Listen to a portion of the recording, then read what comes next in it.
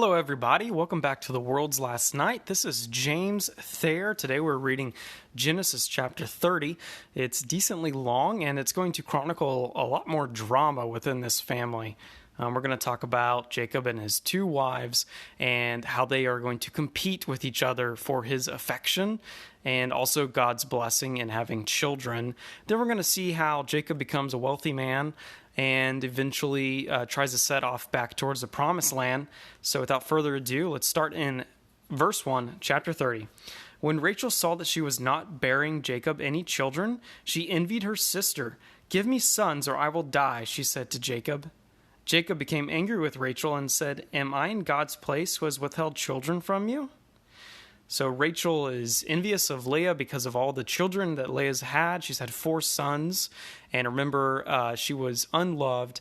And God saw that and opened her womb and gave her children. And now let's keep in mind in this time, well, I guess throughout all of history, children have been a blessing. It's a modern thing. It's actually a phenomenon, cultural phenomenon, that the wealthier, more prosperous a nation becomes, where you could actually afford to have more children, the less children people have.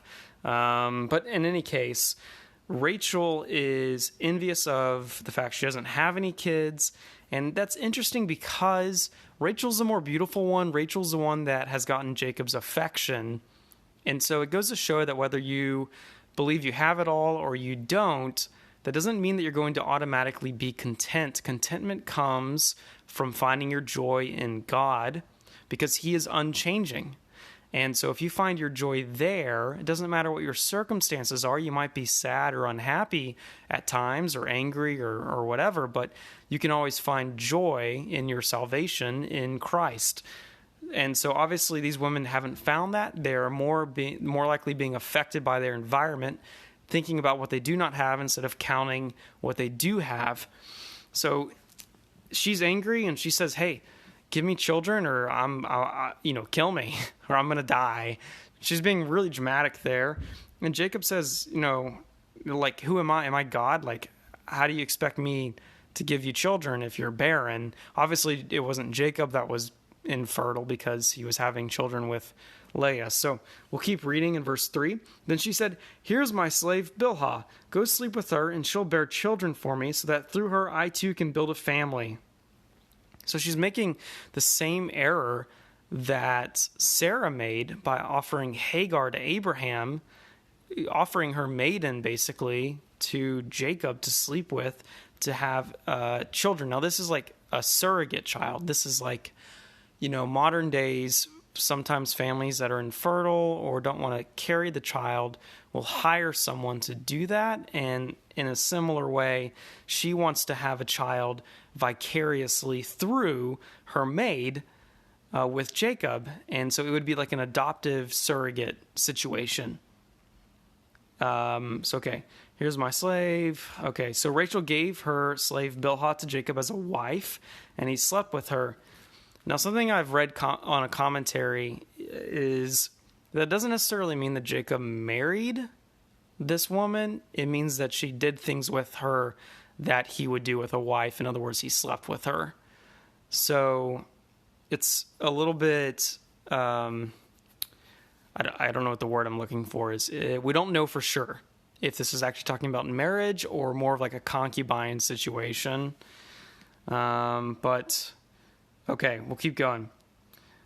Bilhah conceived and bore Jacob a son. Rachel said, "God has vindicated me. Yes, he has heard me and given me a son."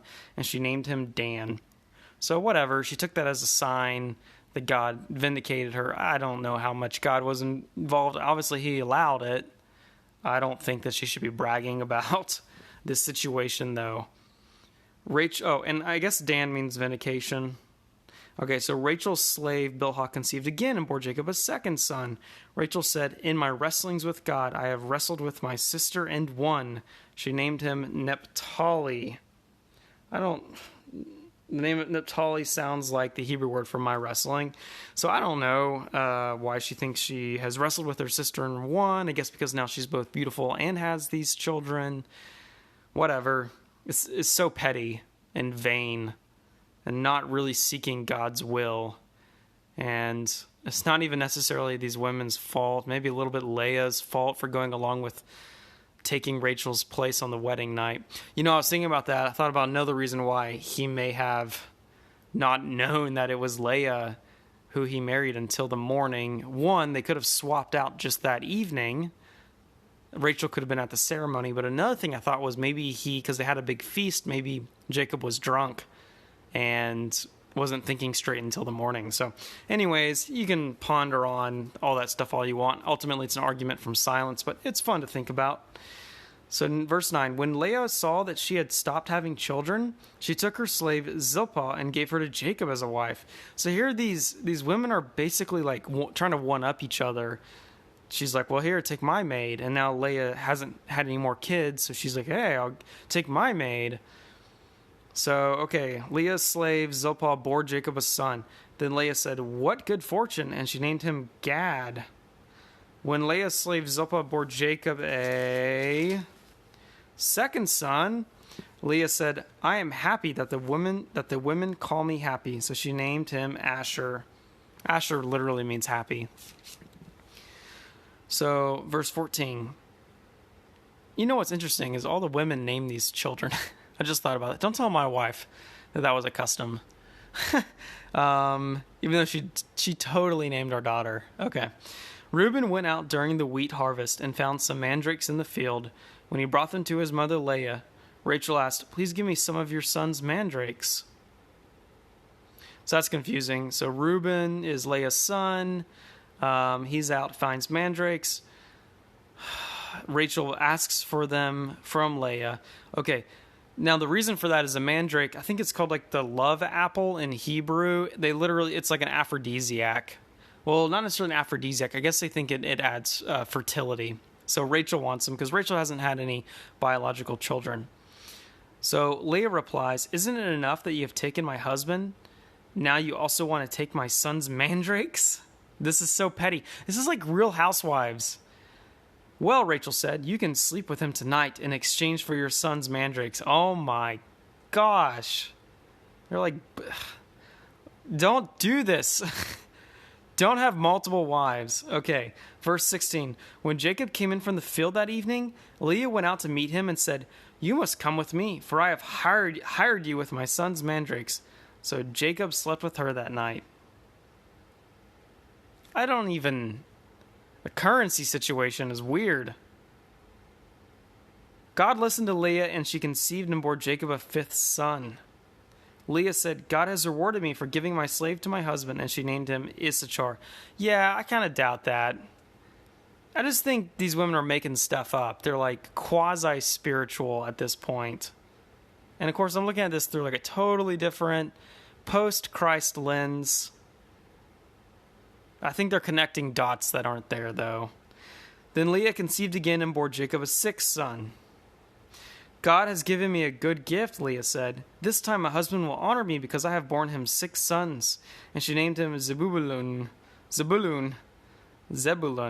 Later, Leah bore a daughter and named her Dinah. So he's got his first daughter after having a bajillion sons. Verse 22, then God remembered Rachel. He listened to her and opened her womb. She conceived and bore a son and said, God has taken away my shame. She named him Joseph. May the Lord add another son to me. Okay, Joseph literally means he adds. So Joseph's going to be a big character for us down the line. So that's good, but he's not, I believe he's a big character for us down the line, but he's not the son, even though you might think it is. He's not the son that this covenant lineage is going to be passed down through, not the one that eventually Jesus comes by. Hopefully all that's over with and we don't have to revisit this family dysfunction anymore. Verse 25, after Rachel gave birth to Joseph, Jacob said to Laban, send me on my way so that I can return to my homeland. Give me my wives and my children that I have worked for and let me go. You know how hard I have worked for you. But Laban said to him, if I have found favor in your sight, stay. I have learned by divination that the Lord has blessed me because of you. Then Laban said, name your wages and I will pay them. All right, so divination is witchcraft. So we know that Laban's not really a godly man here. And he's delving into certain forms of witchcraft and, false prophecy and whatever. Now, we will find later, who is it? Saul, who is the first king of Israel, when he becomes quite evil, he finds a witch they call the Witch of Endor and tries to resurrect the ghost of Samuel. I know if you've never read the Bible, this is probably really out there for you, but it's really interesting that the witch actually is able to do it. And Samuel, the ghost of Samuel, comes back and is like, what are you doing? Why are you displeasing God, consulting with a witch? Why have you brought me back to talk to? And Samuel curses him and whatnot. It was a really dumb move on Saul's part. But the interesting thing is that the spiritual world is comprised of both good and evil. We know that you have the fallen angels, demons, and we know that Paul, says that some of these pagans worship these false gods, who are actually demons who, will take the worship of man because they're evil. And so there is some power there because, they're powerful spiritual beings. Now, they're nothing compared to Christ. They all submit to him. We find in the New Testament multiple times demons shrieking, begging Jesus not to send them into the abyss, which is hell, the lake of fire, the second death, which was created for Satan and his angels, the demons. So they're not anything to be afraid of if you're a Christian, because they're nothing compared to the power of God, but they do have some power, and it's always meant for evil, even whenever it looks nice. New Testament says Satan comes dressed as an angel of light, so he's tempting, looks innocent, but is actually evil. So in any case, Laban has apparently dabbled in this, which is bad. So he's trying to keep Joseph around because he knows Joseph works really, really hard and is very productive, and God blesses Jacob, what Jacob does. So then Laban said, "Name your wages and I will pay them." So Jacob said, "You know what I have done for you and your herds, for you have very little before I came, but now your wealth has increased. The Lord has blessed you because of me. And now, when will I also do something for my own family?" Laban asked, "What should I give you?" And Jacob said, "You don't need to give me anything. If you do this one thing for me, I will continue to shepherd and keep your flock. Let me go through all your sheep today and remove every sheep that is speckled or spotted, every dark-colored sheep among the lambs, and the spotted and speckled among the female goats. Such will be my wages. In the future, when you come to check on my wages, my honesty will testify for me. If I have any female goats that are not speckled or spotted, or any lambs that are not black, they will be considered stolen." "Good," said Laban. "Let it be as you have said." That day, Laban removed the streaked and spotted male goats and all the speckled and spotted female goats, every one of that had any white on it, and every dark-colored sheep among the lambs, and he placed his sons in charge of them. He put a 3 days' journey between himself and Jacob. Jacob, meanwhile, was sheep-herding the rest of Laban's flock. So this actually would work out better for Laban to have more of the solid-colored ones, but we're going to watch how God blesses Jacob anyways through this deal. Jacob then took branches of fresh poplar, almond, and plain wood and peeled the bark, exposing white stripes on the branches. Flipping the page. He set the peeled branches in the troughs in front of the sheep in the water channels where the sheep came to drink, and the sheep bred when they came to drink. The flocks bred in front of the branches and bore streaked, speckled, and spotted young. Jacob separated the lambs and made the flocks face the streaked and the completely dark sheep in Laban's flocks. Then he set his own stock apart and didn't put them with Laban's sheep. Okay. Now, there's two ways to look at what Jacob's doing. One is maybe Jacob was a master selective breeder, and he knows some things about food and whatever that's helping these sheep selectively breed more speckled ones so that he owns more and increases his flock. Another way to look at it is he's just trying the best he can, and God's going to bless him anyway, just for his efforts. So whether you want to look at it as sort of God's helping him out and the man isn't really doing anything, or he actually has a science to it, it's up to you. So, okay, verse 41. Whenever the stronger of the flock were breeding, Jacob placed the branches in the troughs in full view of the flocks, and they would breed in front of the branches. As for the weaklings of the flocks, he did not put out the branches. So it turned out that the weak sheep belonged to Laban and the stronger ones to Jacob. So more selective breeding. And the man became very rich, and he had many flocks, male and female slaves, camels and donkeys. So he has become very wealthy through, maybe a science of some sort, definitely some selective breeding. They're separating the stronger and the weak ones. But ultimately, God is the one that brings prosperity. And so whether or not it's because of what he has done, God has found favor with Jacob and has blessed him. So that's the end of the chapter. We're going to go on. We're going to see how, Jacob leaves. He goes back and meets Esau. Talk a little bit about this. Talk about Esau's family. Eventually, though, we're going to get to Joseph and him being sent to Egypt. And his story is just chock full of great material to expand upon and theological stuff to chat about. So this chapter really, two things to get out of it. One is that, once again, your family dynamics matter. And as we're going to find out, the children are going to have lots of issues. They're going to sell one of their siblings into slavery, and it couldn't have been easy for them growing up in this weird 3-parent household with so much strife and division and competition for affection, and Jacob just going along with it and allowing it, and then Laban, being a crazy man, divination, scheming, whatever. Along with all this, we need to once again think about how God uses imperfect people to bring about his will. There's plenty of good people in the line of Jesus. We're going to talk about King David, who did lots of good, especially whenever he was being pursued by Saul. This is later in the book of Samuel when we get to that, one of my favorite Old Testament books.